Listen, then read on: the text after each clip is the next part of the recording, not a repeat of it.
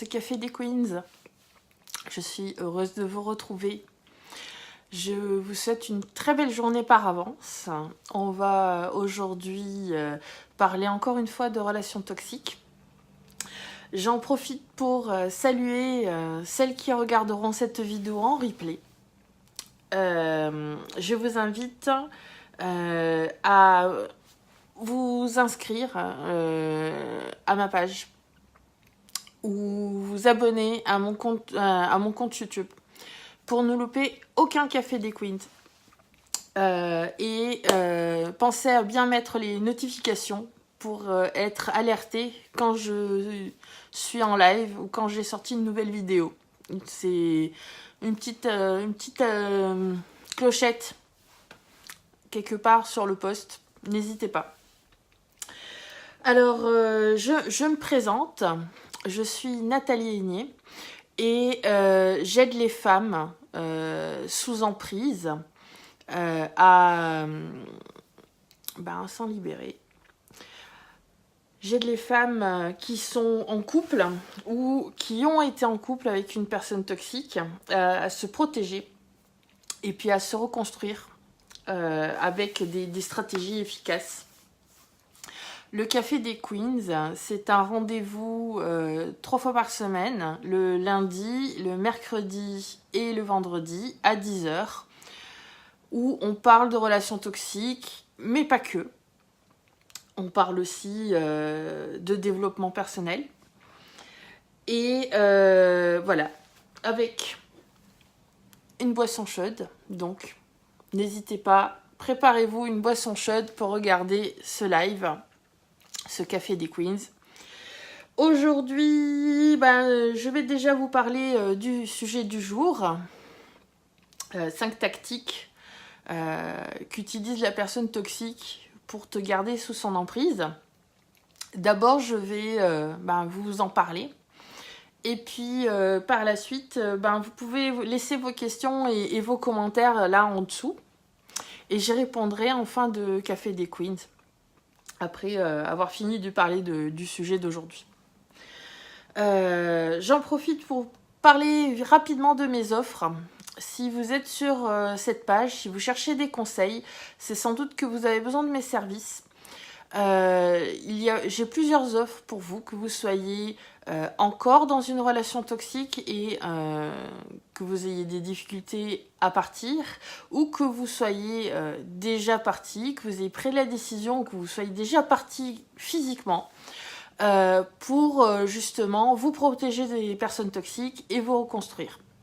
Donc n'hésitez pas, tous les liens sont dans la description. Voilà, je vous attends, je serai ravie de travailler avec vous. Alors, je prends mon petit papier avant d'oublier des choses parce que je suis notoirement distraite. Donc, la personne toxique, même une fois que tu es parti, elle a des tactiques pour continuer à te garder sous emprise. Et ça, les savoir, les connaître, c'est le meilleur moyen pour éviter de se faire avoir. Donc là, j'ai 5 tactiques dont j'ai envie de te parler aujourd'hui. La première, c'est la technique de l'aspirateur. C'est connu sous le nom de hoovering en anglais. En fait, tu es en train de... tu as rompu les liens avec la personne toxique. Peut-être même que tu fais un no contact. Un no contact, ça veut dire que tu n'as plus aucune communication avec cette personne-là. Et tu es en train de reconstruire ta vie. Mais la personne toxique, tout d'un coup, t'envoie un message qui est fait pour briser tes limites, en jouant souvent sur la corde sensible. Par exemple, ça peut être quoi? Ça peut être des condoléances si tu as eu un deuil dans ta famille ou parmi les gens qui te sont proches. Ça peut être une lettre larmoyante te disant voilà, que c'est une personne qui est complètement brisée, cassée, que ça va pas du tout, que t'es la seule bonne chose dans sa vie, que oh là là, cette personne toxique, elle est tellement désolée d'avoir merdé. En fait, ce qu'elle veut, cette personne toxique, c'est t'aspirer à nouveau dans sa toile d'araignée, que tu sois coincé à nouveau. Il sait, elle sait d'ailleurs, parce que c'est la personne toxique, donc, et ça peut être un homme comme une femme. Cette personne toxique sait quels sont tes points faibles et tes vulnérabilités, parce que quand on a été en couple avec quelqu'un, on est vulnérable, on dit nos vulnérabilités, on dit ce qui nous fait souffrir. Et cette personne-là, elle sait jouer sur la corde sensible. Qu'est-ce qu'elle veut, cette personne toxique, quand elle fait ça? Eh ben, elle veut se prouver que tu lui es encore acquise, que en claquant des doigts, tu peux revenir, quel qu'en soit, je recommence. Que cette personne t'ait fait, elle sait que si elle joue un peu sur la corde sensible, il y a de grandes possibilités pour que tu reviennes, surtout si tu n'es pas encore reconstruite comme il faut. Donc ça, il faut faire attention à cette tactique-là, qui est généralement très efficace, surtout les 2 ou 3 premières fois où tu quittes la personne toxique et que tu n'as pas encore eu le temps de te reconstruire. Ensuite, une fois que tu auras attiré avec sa technique de l'aspirateur, qu'est-ce qu'elle veut? Elle veut se prouver, voilà, que tu es toujours acquise. Donc elle va s'amuser à te détruire à nouveau. Et après, qu'est-ce qui va se passer? Une fois qu'elle se sera bien amusée à te détruire, elle va te jeter comme une vieille chaussette. Voilà. Deuxième tactique de la personne toxique pour te garder sous emprise, c'est le renforcement intermittent. Alors, les mamans d'enfants autistes comme moi savent qu'est-ce que c'est un renforçateur. Nous, on l'utilise pour le bien. Les personnes toxiques utilisent les renforçateurs pour te garder sous emprise. Alors, ça veut dire quoi? Probablement, il y a 99,99999% de chances qu'au début, t'aies trouvé la relation merveilleuse avec cette personne toxique. C'était le summum du bonheur. Tu te sentais aimé, tu te sentais apprécié, tu te sentais valorisé. Et puis évidemment, au fur et à mesure, t'as déchanté. Et qu'est-ce que c'est que ce renforcement intermittent? Eh bien, c'est le fait de 95% des fois, elle te traite comme de la merde. Et 5% des fois, elle va te dire quelque chose qui te fait te souvenir à quel point c'était merveilleux au début et à quel point tu as envie que ça redevienne comme ça. C'est super efficace, surtout quand on a une mauvaise estime de soi, parce que ça nous donne de l'espoir. On se dit, oh là là, peut-être qu'il y a encore une chance que cette relation puisse être sauvée, que je puisse retrouver ce bonheur du début. Donc ça, c'est une autre tactique. C'est faux. Je veux dire, quand la personne est toxique, on ne peut pas revenir comme au début parce que c'était un piège pour t'attirer dans sa toile. Autant dans un couple normal où il peut y avoir des hauts des bas, on peut se dire qu'à un moment donné les choses peuvent aller mieux. Là, ce n'est pas le cas, ça ne peut être que temporaire. Ça n'arrivera jamais, où il n'y aura pas de happily ever after.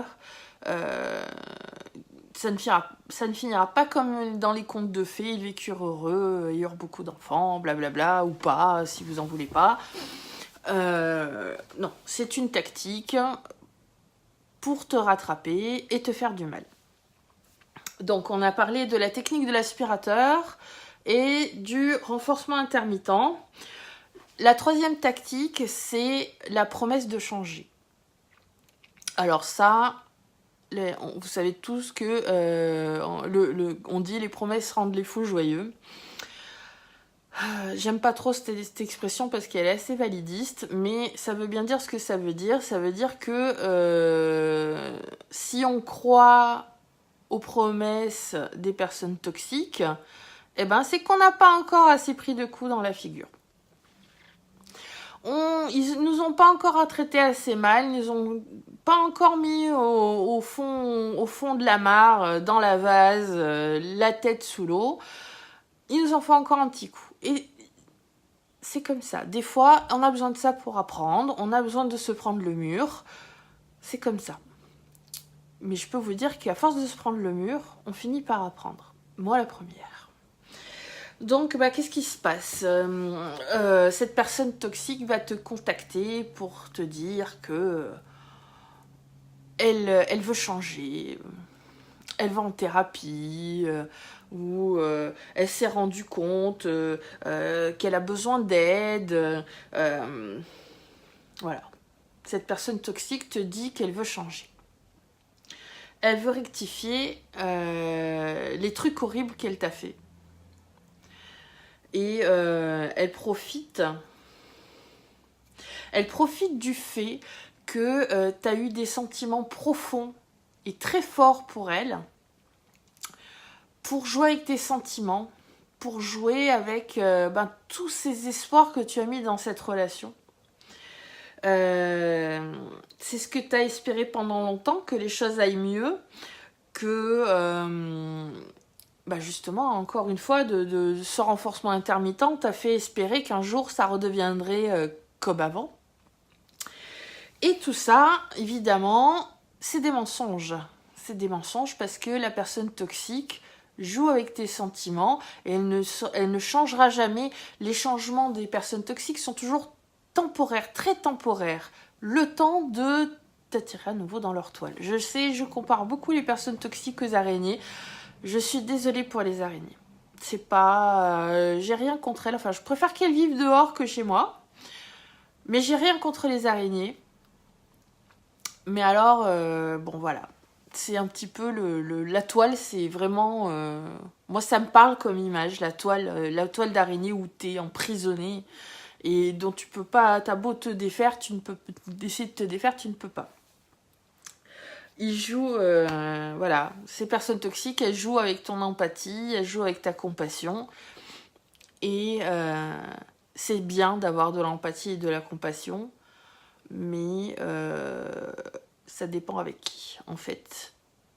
C'est toujours très bien d'avoir de l'empathie, c'est toujours très bien d'avoir de la compassion pour les autres, mais il faut choisir quels autres. Et quand une personne s'est révélée toxique, ça ne sert à rien d'avoir de l'empathie et de la compassion pour elle, parce que finalement, c'est comme si tu lui donnais un bâton pour te battre. Ça ne sert à rien. N'en fera jamais rien de bon. Donc, récapitulons la technique de l'aspirateur, le renforcement intermittent, la promesse de changer. Tout ça, c'est 3 tactiques pour te garder sous emprise. La 4e, c'est ton syndrome de la sauveuse. Alors, qu'est-ce que c'est le syndrome de la sauveuse ? Eh bien, c'est ce besoin qu'on a d'aider les autres, de rendre leur vie meilleure, de penser qu'on est la seule à pouvoir les sortir du pétrin dans lequel ces personnes sont. Et encore une fois, c'est pas quelque chose de mauvais, c'est même quelque chose de gentil, de bon, voilà, plein d'empathie. Mais encore une fois, ça dépend avec qui. Et de toute manière, le syndrome de la sauveuse, il vaut mieux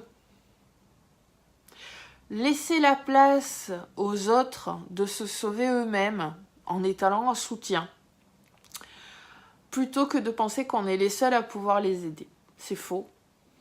En fait, les seules personnes à pouvoir les aider, c'est eux-mêmes. Nous, on peut être là en renfort, en soutien, mais on ne peut pas aider les autres à leur place.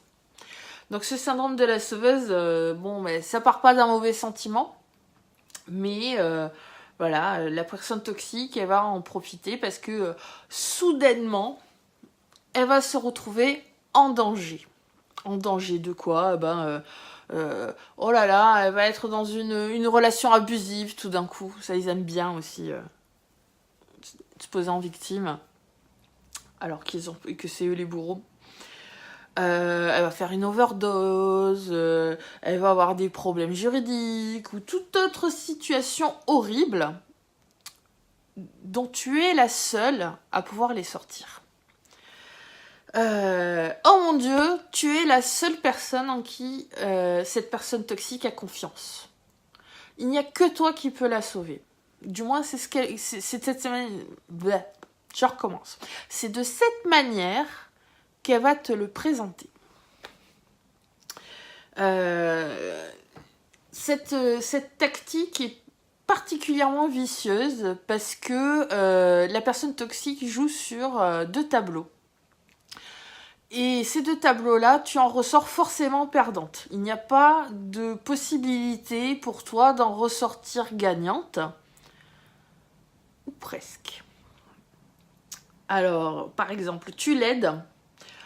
Tu te dis, allez, je vais l'aider. Et tu te retrouves à nouveau aspiré dans sa toile. Et dans le cycle de l'abus.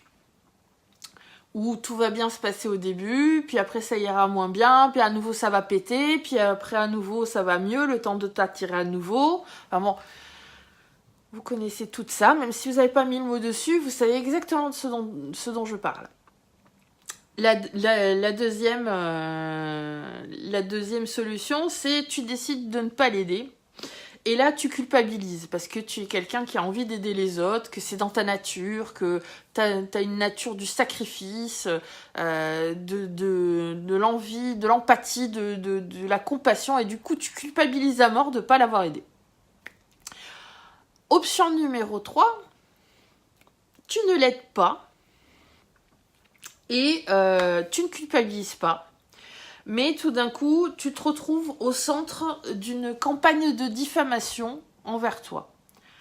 La personne toxique va dire aux autres comment tu l'as laissé tomber alors qu'elle avait tellement besoin de toi que... voilà, presque c'est toi la méchante maintenant. Je veux dire, ils étaient déjà au 36e dessous, puis toi, t'as appuyé encore sur leur tête. Ce qui n'est pas vrai. Mais c'est une tactique. Parce que je te parle de la 5e tactique de la personne toxique pour te garder sous emprise. C'est cette fameuse campagne de diffamation. Alors, la personne toxique va te faire passer justement pour une abuseuse auprès des personnes que vous connaissez. Auprès de tes proches, de tes amis, de ta famille. Elle va dire des choses horribles sur toi, des trucs que tu n'arriverais même pas à imaginer, même si tu y passais 2 jours à y réfléchir. Même moi qui suis auteur, il y a des fois je suis émerveillée, mais c'est pas le bon mot. Je suis atterrée de l'imagination que peuvent avoir ces personnes toxiques pour trouver des trucs pour te rabaisser, pour te faire passer pour la méchante face aux autres. C'est incroyable. Certaines personnes vont même te rejeter, te jeter de leur vie parce qu'elles vont croire ce que la personne toxique va dire. Elles vont prendre ça pour argent comptant. Alors, moi, j'estime qu'il faut choisir ses amis. Et clairement, les personnes qui ne te croient pas ou qui ne sont pas de ton côté, c'est pas tes amis. Donc, et ça n'a jamais été tes amis. Donc, ces personnes-là, ça fait du mal, hein, je dis pas le contraire, mais le mieux, c'est qu'elles s'en aillent finalement. C'est un mal pour un bien. De toute façon, c'est le genre de personne qui serait capable d'aller raconter ta vie à la personne toxique. Et ça, on n'en veut pas, ça. On n'a pas envie qu'il essaye de nous contrôler par les personnes en commun qu'on connaît. Voilà, donc du coup, certaines d'entre nous risquent de vouloir communiquer avec la personne toxique pour s'excuser même. Pour dire, oh là là, je suis désolée de t'avoir fait du mal, parce que nous, on est des purées de personnes empathiques. Et on veut pas faire du mal aux autres. Même aux serpents, de la personne toxique, quoi. Je veux dire, on culpabilise encore une fois. Ou alors, voilà, tu risques de retomber dans le cycle de l'abus justement pour échapper à cette campagne de diffamation. Voilà, c'était les 5 tactiques pour te garder sous emprise. Je suis désolée, hein, je lis en même temps parce que je veux rien oublier. Donc il y avait la technique de l'aspirateur, il y avait le renforcement intermittent, la promesse de changer, le syndrome de la sauveuse, ça il faut arrêter, hein, et la campagne de diffamation. Je vais regarder rapidement pour voir s'il y a eu des commentaires, parce que j'ai pas confiance dans le téléphone. On me dit pas toujours tout. Si vous avez des questions, j'espère que vous les avez posées. Et évidemment, le net marche mal. Voilà. Ah, bonjour Marie. Tu dis, la diffamation, ce fut épique. Ah, tu attises ma curiosité. Moi, j'ai eu droit aussi. Hein. C'était moi l'alcoolique. C'était moi qui m'occupais pas des enfants. J'ai pas tout entendu hein, parce que j'ai vite coupé les ponts. Mais c'était bon. Donc moi la mauvaise mère, moi qui avait des relations en dehors du couple. Hein. Alors c'est d'autant plus ridicule parce que quand tu sors jamais de chez toi, tu vois jamais personne parce que justement t'es une introvertie autiste et qui a du mal à avoir des amis en dehors du net. C'est super ridicule. Bonjour Rosemary et bienvenue. Voilà, donc la campagne de diffamation, c'est... À un moment donné, on commence par s'en ficher. On s'en fiche, on passe à autre chose. Et c'est super génial parce que tu vois tout de suite qui sont tes amis. Et c'est vraiment un moyen de s'en rendre compte très très rapidement.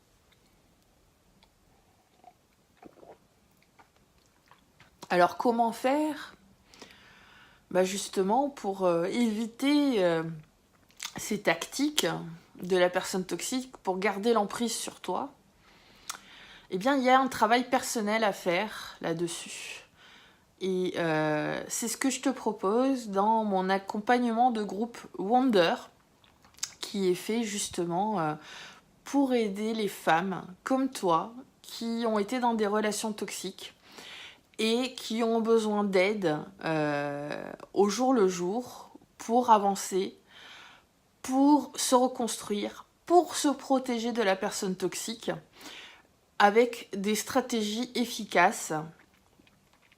Il n'y a que l'expérience pour apprendre de ces choses-là. C'est-à-dire que lire des informations, c'est très bien. Moi, je l'ai fait pendant très longtemps.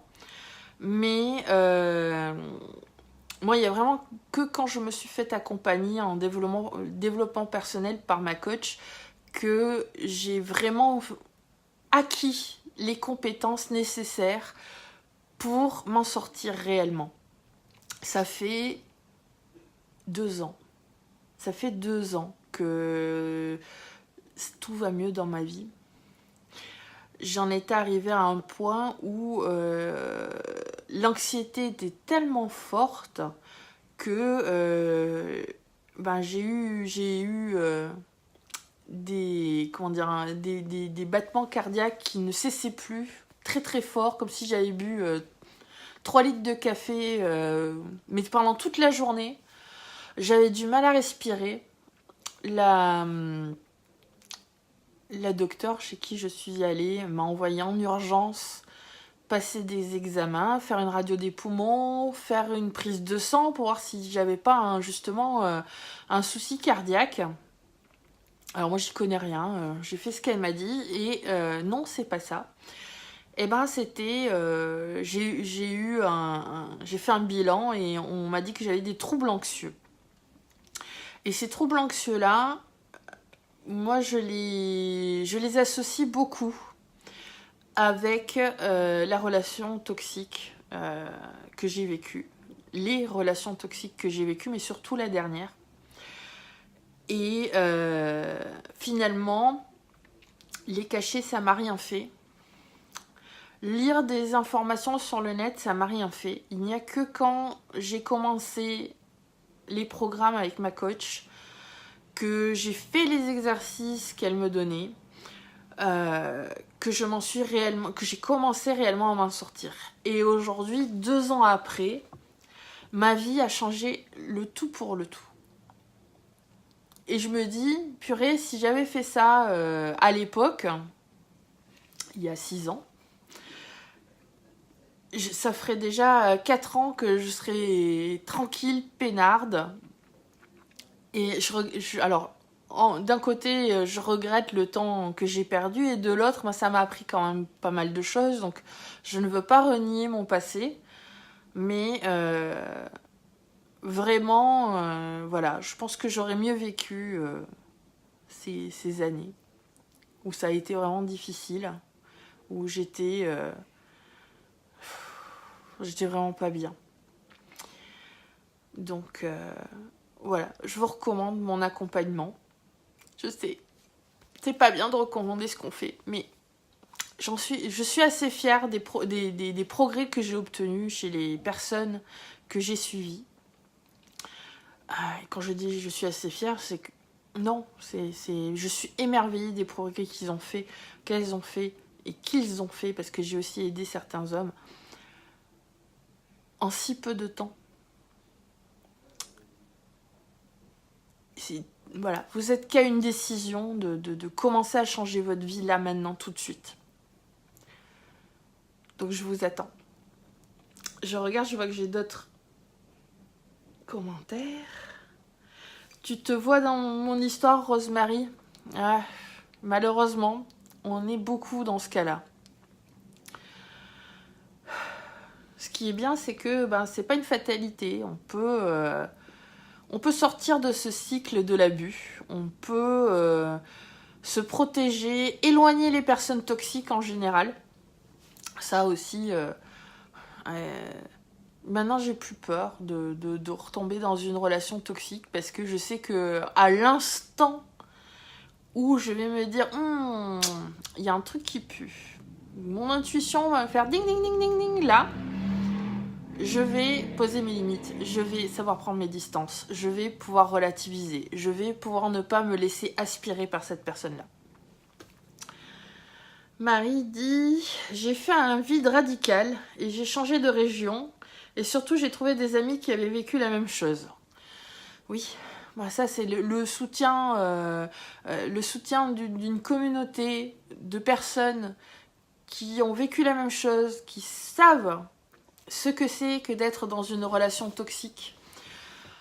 C'est salvateur. C'est salvateur. C'est important de se retrouver avec des personnes qui ont une compréhension claire et nette de ce qu'on a vécu, qui vibrent sur la même fréquence que toi, c'est-à-dire qui ont envie elles aussi d'aller vers du mieux, de reconstruire leur vie, de se reconstruire elles-mêmes, de se protéger, de protéger leur calme, leur sérénité, leur bonheur. C'est super important. D'ailleurs, si vous n'êtes pas membre du groupe Les Affranchis, c'est un petit groupe gratuit où on est là pour s'encourager au quotidien, se raconter nos problèmes, qui sait, se trouver des solutions. Voilà, donc le lien est dans la description, là ou là, je ne sais pas. N'hésite pas, on t'y attend, on est toutes bienveillantes. C'est un groupe qui est réservé aux femmes, donc en non-mixité, réservé aux femmes cis et trans. Donc si tu es une femme trans, n'hésite pas à nous rejoindre. Je suis là pour veiller au fait que tout le monde soit bienveillant et que ta différence soit respectée. sais pas si on dit différence. Si j'ai dit une bêtise, claquez-moi. Du moins, ta manière d'être soit respectée. Cécile dit, quand il y a 4 enfants et 20 ans de vie commune, c'est compliqué. Oui. Oui. Surtout les enfants. La vie commune, la plupart du temps, c'est que des papiers, de l'argent. Une fois que les sentiments ne sont plus là, la vie commune, voilà. Si t'es mieux ailleurs, t'es mieux ailleurs. Les enfants, c'est compliqué. Mais ce que j'ai envie de dire, c'est que c'est pas bon pour les enfants de vivre avec des parents dont l'un des parents est toxique. C'est pas bon. C'est pas bon qu'ils voient leur mère se faire insulter, se faire rabaisser, se faire maltraiter au jour le jour. C'est pas bon pour eux. Non seulement, eh bien, ça les habitue à voir un schéma de couple qui n'est pas correct, parce que dans un couple normal, ça se passe pas comme ça. Bon, je peux vous le dire, hein. J'ai expérimenté le couple normal, donc maintenant je peux vous dire que ça ne se passe pas comme ça. Et dans un couple normal, on peut avoir des différences, on peut des fois se chamailler, mais ça se fait toujours dans le respect de l'autre. Et certainement pas avec malveillance. Et certainement pas au quotidien. Donc, moi, je suis pas pour le fait de rester pour les enfants. Ça, c'est mon avis. Après, chacun peut avoir le sien. Moi, je suis pour, justement, partir le plus rapidement possible, dès que possible, et leur montrer qu'est-ce que c'est que de vivre une vie normale, sans abus, sans emprise, sans manipulation. De voir que les colères épiques que peut avoir la personne avec qui on est, c'est pas normal. Que ça se passe pas comme ça, ni chez les autres, ni quand ils sont chez toi. Parce que comme la personne toxique a tendance à isoler les membres de sa famille pour qu'ils restent sous emprise, les enfants, ils n'ont pas forcément... Moi, je sais qu'il y a beaucoup d'enfants qui pensent que c'est pareil chez les autres. C'est faux. Moi, la première, je pensais que c'était pareil chez les autres. C'est faux. Même adulte dans ma relation de couple, je pensais que c'était comme ça chez les autres, que les autres, ils étaient malheureux aussi, que c'était pas cool, etc. Et je me disais, ah là là, les gens qui disent que ça va bien, ils se croient dans un film romantique. Mais non. Mais non. C'est possible d'avoir une chouette vie amoureuse, même après l'emprise. Et c'est possible d'avoir des rapports apaisés avec ses enfants, de leur montrer qu'est-ce qui est normal pour qu'ils ne reproduisent pas le même schéma quand ils seront plus grands avec les gens avec qui ils seront dans des relations amoureuses. Voilà, c'est tout ce que je voulais dire aujourd'hui. J'espère que vous allez bien. J'espère que vous passez une chouette journée, que vous avez passé un bon moment en ma compagnie. À boire votre café, votre thé, votre chocolat, ce que vous voulez. Et je vous dis, à bientôt. Les prochains Cafés des Queens, oui. Les prochains Cafés des Queens, c'est mercredi. Je vous rappelle les dates, c'est le lundi, le mercredi, le vendredi à 10h. Il y a un event Facebook Café des Queens où vous pouvez vous inscrire pour avoir une alerte quand le prochain Café des Queens démarre. Allez-y, laissez-moi vos questions, si vous en avez. Dites-moi de quoi vous voulez qu'on parle, sinon c'est moi qui décide. Attention. Dites-moi de quoi vous voulez qu'on parle, moi ça me fait toujours plaisir de discuter avec vous, ça me fait plaisir de voir ce que vous avez à dire. Et j'espère que j'ai pu vous aider avec cette vidéo. Je pense que c'est très important de connaître les tactiques des personnes toxiques, justement pour pouvoir mieux les combattre par la suite. Rosemary, tu me dis, oui, me redonner du réconfort. Ça me fait super plaisir. Tu peux me tutoyer, hein. Ici on se tutoie, c'est plus sympa. Je suis ravie de te donner du réconfort et J'espère qu'on va se retrouver bientôt entre affranchis et avancer tout ensemble. La vie pleine de bonheur, pleine de sérénité, pleine de calme, pleine de joie, elle est pas si loin que ça. Elle est juste à une décision. Il suffit de prendre la décision. Et vous allez commencer votre chemin vers ce bonheur. Et petit à petit, le bonheur, ça sera plus la destination. C'est le bonheur, ce sera le chemin, carrément. Vous serez heureuse d'avancer. Vous serez heureuse de continuer à apprendre, de continuer à grandir dans votre développement personnel. J'ai hâte de vous y voir. J'ai hâte que vous en soyez là où j'en suis maintenant. Et qui sait, dans 2 ans, je pense que j'en serai encore plus loin. Et j'espère que je pourrai continuer à vous tirer vers là, à vous aussi. Je vous embrasse. Et n'hésitez pas, sollicitez-moi. Dites-moi ce qui vous ferait plaisir. Dites-moi ce dont vous avez besoin. Je vous embrasse. Bye!